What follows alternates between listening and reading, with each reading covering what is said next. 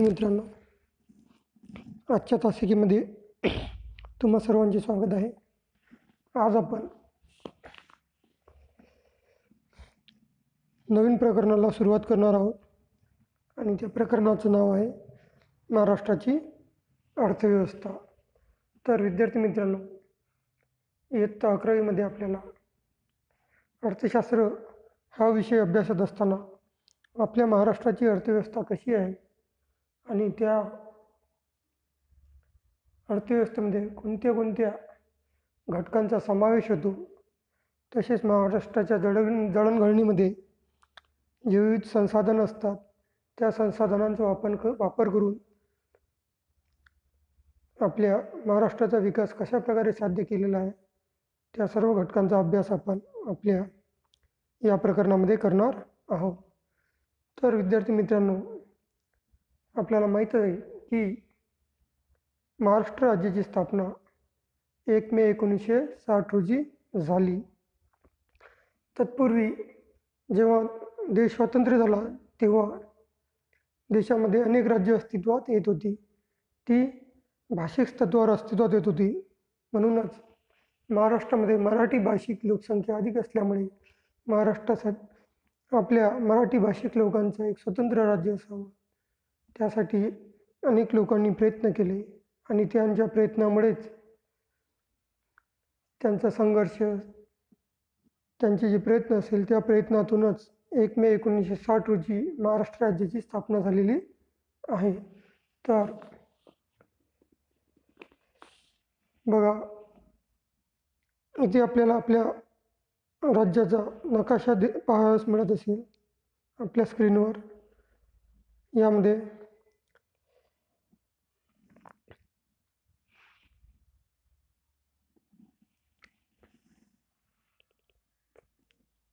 या आपल्या राज्याच्या पूर्व भागेस अरबी समुद्र हा जो पूर्व भाग आहे, पश्चिम भाग आहे.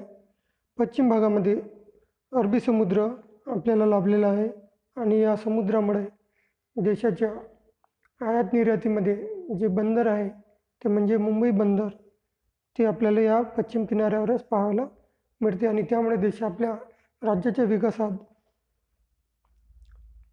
मोठा हातभार लाभलेला आहे. त्याचप्रमाणे आपल्या राज्याच्या उत्तर भागामध्ये हा जो उत्तर भाग आहे, या उत्तर भागामध्ये मध्य प्रदेश या राज्याची सीमा लागलेली आहे. म्हणजेच पश्चिम भागामध्ये अरबी समुद्र, उत्तर भागामध्ये मध्य प्रदेश राज्याची सीमा, तसेच पूर्व भागामध्ये छत्तीसगड. बघा, पूर्व भागामध्ये आपल्याला छत्तीसगड हे राज्य आपल्या राज्याच्या सीमेवर आहे. तसेच दक्षिण भागामध्ये कर्नाटक आणि तेलंगणा हे 2 राज्य आपल्याला पाहावयास मिळते. म्हणजेच आपल्या राज्याचा जर विचार केला तर आपल्या राज्याला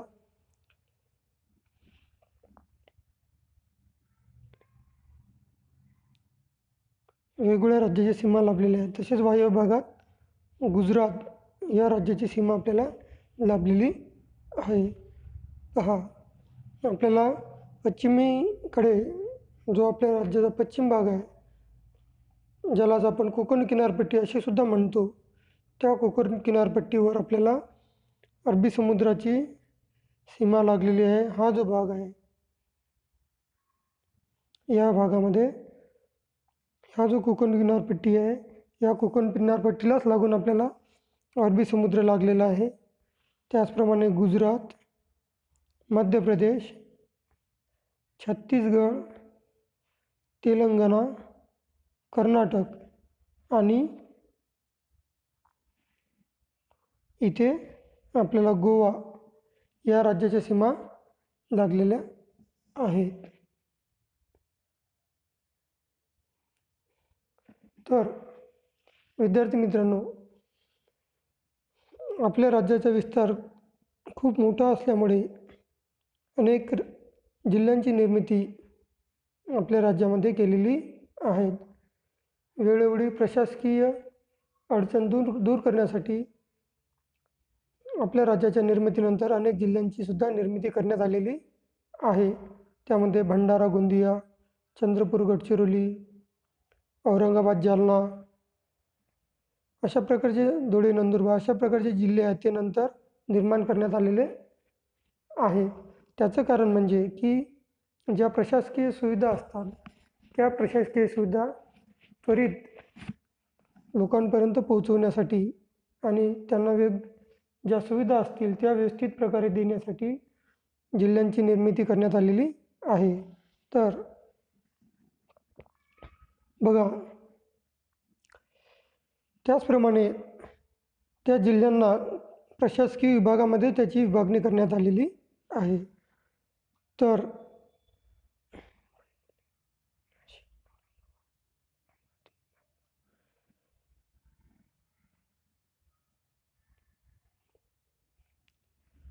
या संपूर्ण राज्याची विभागणी आपल्याला प्रशासकीय विभागामध्ये करण्यात आलेली आहे. पहा, इथे बघूया आपण महाराष्ट्राचे आर्थिक सर्वेक्षण पाहणी सन 2017-18च्या अहवालानुसार महाराष्ट्र राज्याचे प्रशासकीयकरणासाठी मुंबई, पुणे, नाशिक, औरंगाबाद, अमरावती व नागपूर असे 6 महसूल विभाग असून त्यामध्ये 36 जिल्हे समाविष्ट करण्यात आलेले आहे. तर आजचा जो आपण भाग पाहणार आहोत त्यामध्ये आपण पाहणार आहोत की महाराष्ट्राचे प्रशासकीय विभाग करण्याचं महत्त्वाचं कारण म्हणजे की ज्या काही सोयीसुविधा असतील, शासनाच्या योजना असतील त्या जनतेपर्यंत सोयीस्कररित्या पोहोचवण्यासाठी महाराष्ट्राचे काही प्रशासकीय विभाग करण्यात आलेले आहेत. आणि 2017-18च्या पाहणीनुसार जो 17-18चा अहवाल असेल, सर्वेक्षण पाहणी अहवाल, त्या अहवालानुसार महाराष्ट्राचे किती विभागामध्ये प्रशासकीय विभागामध्ये विभाजन करण्यात आले आहे तर 6. लक्षात ठेवा ही गोष्ट की महाराष्ट्राचे प्रशासकीय विभाग किती आहे तर 6 प्रशासकीय विभाग करण्यात आलेले आहेत. त्यामध्ये बघा, पहिला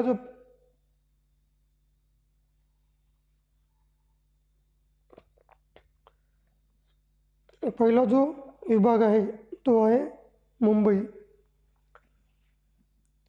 त्यानंतर दुसरा जो विभाग आहे पुणे,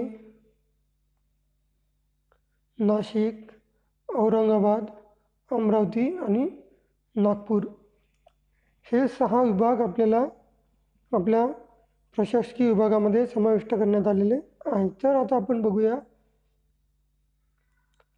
त्या प्रशासकीय विभागामध्ये कोणते जिल्हे समाविष्ट करण्यात आलेले आहेत. बघा, आपल्या इथे नकाशामध्ये दिसत असेल.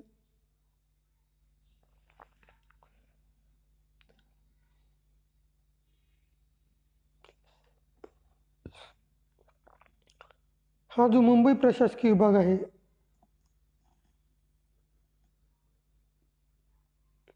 यामध्ये पालघर, ठाणे, रायगड, रत्नागिरी आणि सिंधुदुर्ग या जिल्ह्यांचा समावेश करण्यात आलेला आहे. म्हणजेच हे जे कोकण किनारपट्टीवरचे जिल्हे आहेत त्या जिल्ह्यांचा समावेश मुंबई विभागात करण्यात आलेला आहे. त्यामध्ये पहा, पालघर, ठाणे, रायगड, रत्नागिरी आणि सिंधुदुर्ग या जिल्ह्यांचा समावेश करण्यात आलेला आहे. त्यानंतर जो विभाग आहे तो आहे पुणे विभाग.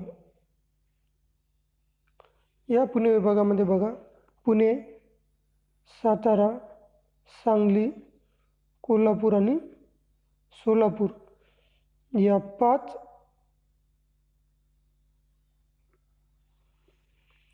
जिल्ह्यांचा समावेश पुणे विभागात करण्यात आलेला आहे. पुन्हा एकदा बघा, पुणे विभागामध्ये पुणे, सोलापूर, कोल्हापूर, सातारा आणि सांगली या जिल्ह्यांचा समावेश करण्यात आलेला आहे. त्यानंतर जो उत्तर विभाग आहे म्हणजेच नाशिक विभाग, त्यामध्ये बघा, नाशिक विभाग जो आहे त्यामध्ये अहमदनगर, नाशिक, धुळे, नंदुरबार आणि जळगाव या जिल्ह्यांचा समावेश करण्यात आलेला आहे. पुन्हा एकदा पहा,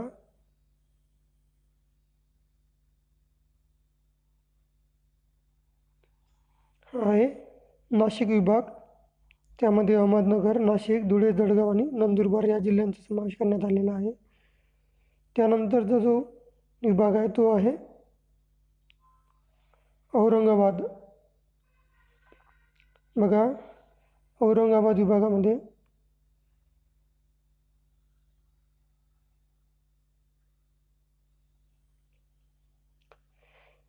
औरंगाबाद, जालना, परभणी, हिंगोली, नांदेड, बीड, लातूर आणि उस्मानाबाद या जिल्ह्यांचा समावेश करण्यात आलेला आहे. पुन्हा एकदा पहा, औरंगाबाद, जालना, परभणी, हिंगोली, नांदेड, बीड, लातूर आणि उस्मानाबाद या जिल्ह्यांचा समावेश औरंगाबाद या विभागामध्ये करण्यात आलेला आहे. त्यानंतरचा जो विभाग आहे तो आहे अमरावती. यामध्ये बघा,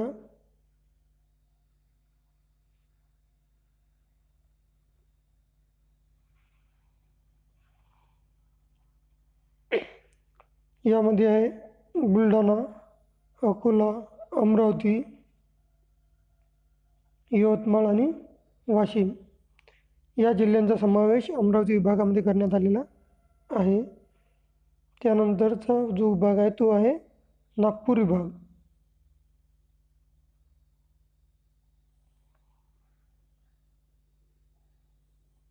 यामध्ये बघा, वर्धा, नागपूर, भंडारा, गोंदिया, चंद्रपूर आणि गडचिरोली या जिल्ह्यांचा समावेश नागपूर विभागात करण्यात आलेला आहे. अशा प्रकारे प्रशासकीय दृष्टीने सोयीचे होण्यासाठी महाराष्ट्राचे 6 प्रशासकीय विभाग करण्यात आलेले आहेत. त्यामध्ये मुंबई, पुणे, नाशिक, औरंगाबाद, अमरावती व नागपूर असे 6 जिल्हे आहेत. आणि त्या 6 जिल्ह्यामध्ये एकूण किती जिल्हे समाविष्ट करण्यात आलेले आहे, तर 36 जिल्ह्यांचा समावेश त्या 6 प्रशासकीय विभागामध्ये करण्यात आलेला आहे. अशा प्रकारे विद्यार्थी मित्रांनो, आपल्या ज्या महाराष्ट्राची विभागणी आहे ती विभागणी 6 प्रशासकीय विभागामध्ये करण्यात आलेली आहे. तर आता आपण बघूया की आपल्या ज्या महाराष्ट्र राज्य आहे त्या महाराष्ट्र राज्याची काही वैशिष्ट्ये आहेत, त्या वैशिष्ट्यांचा अभ्यास आता आपण करणार आहोत.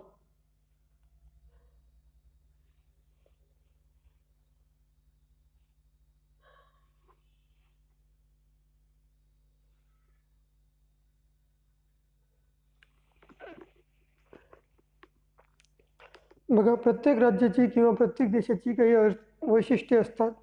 त्याचप्रमाणे महाराष्ट्र राज्याच्या अर्थव्यवस्थेसुद्धा काही महत्त्वाची वैशिष्ट्ये आहेत. त्यामध्ये पहिलं जे वैशिष्ट्य आहे ते आहे, महाराष्ट्र देशात 2ऱ्या क्रमांकाचे सर्वाधिक लोकसंख्या असलेले राज्य आहेत. राज्याची लोकसंख्या 2011मध्ये 14.24 कोटी एवढी होती. बघा, हे आपल्या राज्याचं सर्वात महत्त्वाचं वैशिष्ट्य आहे की 2011मध्ये जी जनगणना झाली होती त्या जनगणनेमध्ये आपल्या राज्याची जी लोकसंख्या आहे ते संपूर्ण देशामध्ये 2ऱ्या क्रमांकाची आहे.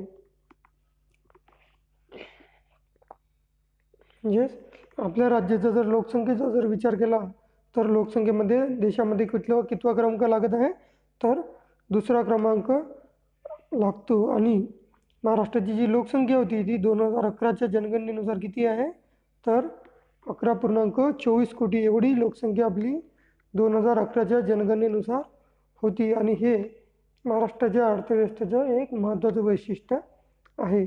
त्यानंतरचं वैशिष्ट्य आहे ते म्हणजे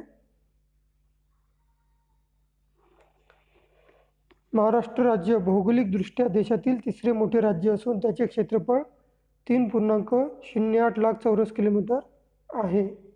बघा, हे जे दुसरं वैशिष्ट्य आहे त्यामध्ये पहा, आपलं जे राज्य आहे ते देशामध्ये कितव्या क्रमांकाचं आहे, तर 3ऱ्या क्रमांकाचं सर्वात मोठं राज्य आहे.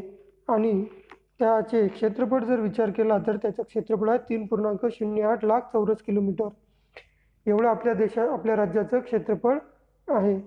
हे दुसरं महत्त्वाचं वैशिष्ट्य आहे की आपल्या राज्याचा क्रमांक देशामध्ये क्षेत्रफळाच्या दृष्टीने 3रा क्रमांक लागतो. आणि आपल्या राज्याचं जे क्षेत्रफळ आहे ते आहे 3.08 लाख चौरस किलोमीटर. बघा, त्यानंतर जर तिसरे जे वैशिष्ट्य आहे ते आहे, महाराष्ट्र हे नागरीकरण झालेले राज्य असून 45.20% लोकसंख्या नागरी भागात राहते. हे जे वैशिष्ट्य आहे ते तिसरं वैशिष्ट्य आहे. महाराष्ट्र हे नागरीकरण झालेले. नागरीकरण म्हणजेच काय की एकूण लोकसंख्येपैकी जे शहरामध्ये राहणारी लोकसंख्या असेल त्यालाच नागरीकरण असे म्हणतात. म्हणजेच काही भाग खेड्यामध्ये, काही लोकसंख्या जी असेल ती खेड्यामध्ये राहते आणि काही जी लोकसंख्या असेल ती शहरामध्ये वास्तव्यास असते. आणि शहरामध्ये जी वास्तव्य असलेली लोकसंख्या असते त्याचा समावेश आपण नागरीकरण या संज्ञेमध्ये करत असतो. म्हणजेच आपल्या देशामध्ये, आपल्या राज्याचा जर विचार केला तर आपल्या राज्याच्या एकूण लोकसंख्येपैकी 45.20% लोकसंख्या ही नागरी भागात राहते, म्हणजे शहरामध्ये वास्तव्यास आहे. आणि हे तिसरं महत्त्वाचं वैशिष्ट्य आहे. त्यानंतर चौथं जे वैशिष्ट्य आहे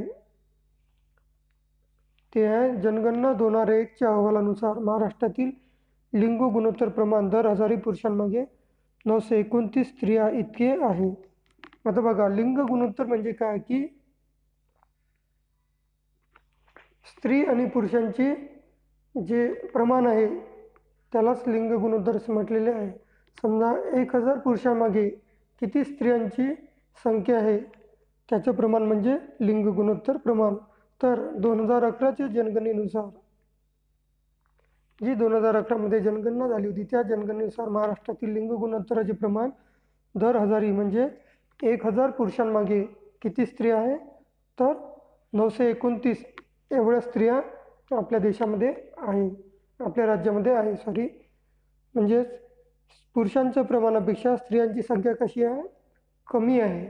यावरून आपल्या लक्षात आलं असेल की 1000 पुरुषांमागे फक्त 929 स्त्रियाच आपल्या राज्यामध्ये आहे.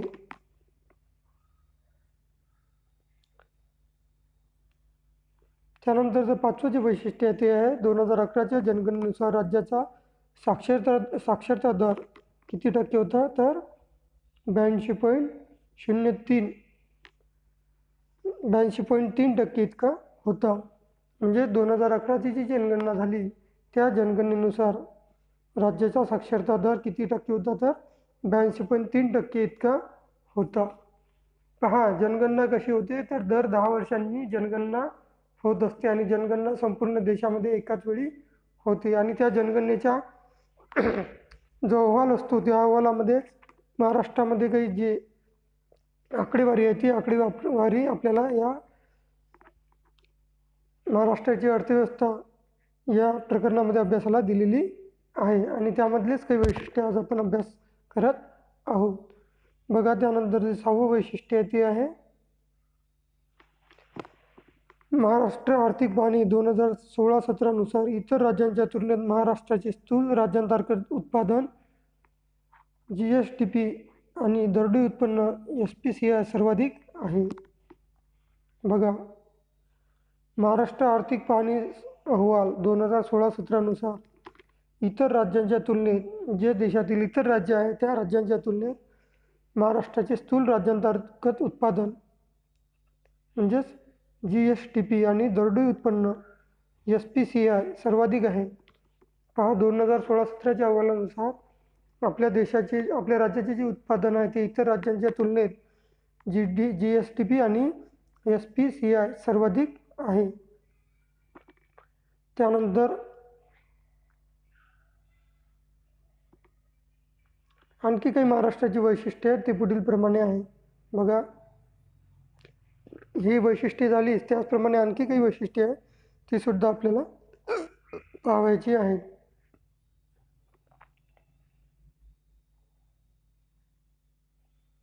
बघा, त्यामध्ये पहिलं आहे विपुल नैसर्गिक साधन संपत्ती. आता आपल्या राज्याला विपुल प्रमाणात म्हणजेच मोठ्या प्रमाणात नैसर्गिक साधन संपत्ती लाभलेली आहे. त्यामध्ये खनिज संपत्ती असेल, जलसंपत्ती असेल,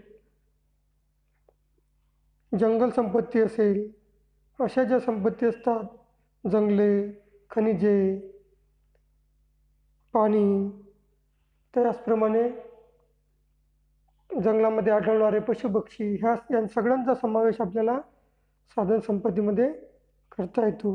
जसं आपण आधी पाहिलं की पश्चिम किनारपट्टीवर आपल्याला मोठ्या प्रमाणात समुद्रकिनारा लाभलेला आहे आणि या समुद्रकिनाऱ्यावर अनेक प्रकारचे समुद्रापासून मिळणारे उत्पन्न आपल्या राज्याच्या अर्थव्यवस्थेमध्ये हातभार लावत असतात किंवा आपल्या राज्याची अर्थव्यवस्था वाढवण्यासाठी महत्त्वाची भूमिका बजावत असतात. त्याचप्रमाणे खनिजे असेल, जंगले असतील, वेगवेगळ्या प्रकारचे जे पशुपक्षी असतील, या सर्वांचा समावेश आपल्याला साधनसंपत्तीमध्ये करण्यात येतो. त्याचप्रमाणे पर्वते असतील, डोंगरे असतील, अशा प्रकारे महाराष्ट्र राज्याला मोठ्या प्रमाणात नैसर्गिक साधनसंपत्ती लाभलेली आहे. त्याचप्रमाणे दुसरं जे वैशिष्ट्य आहे ते कुशल मनुष्यबळाची उपलब्धता. आपल्या राज्यामध्ये मोठ्या प्रमाणात कुशल मनुष्यबळाची उपलब्धता आहे. कुशल मनुष्यबळामुळे देशाचा किंवा राज्याचा विकास अधिक जलद गतीने करण्यासाठी मदत होते. जर कुशल मनुष्यबळ असेल तर वेगवेगळ्या प्रकारची यंत्रसामग्री असेल किंवा विविध प्रकारचे जे सेवा असतील ते अधिक चांगल्या प्रकारे समाजासाठी उपलब्ध करता येतील आणि त्यासाठी कुशल मनुष्यबळ असणे हे त्या राज्याच्या विकासासाठी महत्त्वाची भूमिका बजावते. त्यानंतर तिसरं जे वैशिष्ट्य आहे ते आहे अद्ययावत तांत्रिक सुधारणा. म्हणजेच ज्या तांत्रिक सुधारणा असतील त्या सुधारणा अतिशय चांगल्या दर्जाच्या उत्तम दर्जाच्या तांत्रिक सुधारणा आपल्या राज्यामध्ये पाहावयास मिळतात. त्यानंतर चौथं जे वैशिष्ट्य आहे ते आहे विकसित पायाभूत सुविधा. आता पायाभूत सुविधा म्हणजे काय की जसे वीज असेल, रस्ते असेल, रेल्वे असेल, विमान वाहतूक असेल, जहाज वाहतूक असेल, ह्या ज्या महत्त्वाच्या सुविधा असतील, शिक्षण असेल, म्हणजेच त्या राज्याचा विकास करण्यासाठी ज्या महत्त्वाच्या सुविधा असते, शिक्षण, आरोग्य, रस्ते, वीज, दळणवळणाच्या ज्या सुविधा असतील, ह्या सुविधांमुळेच त्या सुविधेवर जे अवलंबून असतात इतर घटक त्यांचा विकास होण्यासाठी महत्त्वाची भूमिका हे पायाभूत जे सुविधा असतात त्या महत्त्वाची भूमिका बजावत असतात. आणि आपल्या राज्याचे एक महत्त्वाचं वैशिष्ट्य म्हणजे की आपल्या राज्यामध्ये ज्या पायाभूत सुविधा आहेत त्या विकसित दर्जाच्या इतर राज्यांच्या तुलनेत जर अभ्यास केला की तर आपल्या राज्यामध्ये ज्या सुविधा आहेत त्या अतिशय चांगल्या दर्जाप्रमाणे विकसित झालेल्या आहेत. अशा प्रकारे ही इतर वैशिष्ट्यामध्ये 4 वैशिष्ट्ये आपल्याला पाहायला मिळतात. विपुल नैसर्गिक साधनसंपत्ती, त्यामध्ये जंगले असतील, पाणी असेल, खनिज संपत्ती असेल, यांचा समावेश होतो. त्यानंतर कुशल मनुष्यबळाची उपलब्धता, तिसरा आहे अद्ययावत तांत्रिक सुविधा आणि चौथा आहे विकसित पायाभूत सुविधा. त्यानंतर 8वं जे वैशिष्ट्य आहे ते आहे महाराष्ट्र हे नवनिर्मिती व कौशल्य विकास, गुंतवणूक व पर्यटन यासाठी लोकप्रिय आहे. आपल्याला माहीत आहे की आपल्या राज्यामध्ये अनेक प्रकारची नवनिर्मिती होत असते. त्याचप्रमाणे कौशल्य विकास, वेगवेगळ्या प्रकारच्या कौशल्याच्या माध्यमातून देशाचा किंवा राज्याचा विकास साध्य केला जातो. त्याचप्रमाणे आपल्या देशामध्ये जी गुंतवणूक असेल किंवा आपल्या राज्यामध्ये जी गुंतवणूक असेल तीसुद्धा मोठ्या प्रमाणात होत आहे. आणि त्याचप्रमाणे पर्यटन असेल, आपल्या राज्यामध्ये वेगवेगळ्या प्रकारचं पर्यटन आपल्याला पाहावयास मिळते. जंगले असेल, समुद्रकिनारे असेल, किल्ले असतील किंवा आपले ज्या केव्स असतील,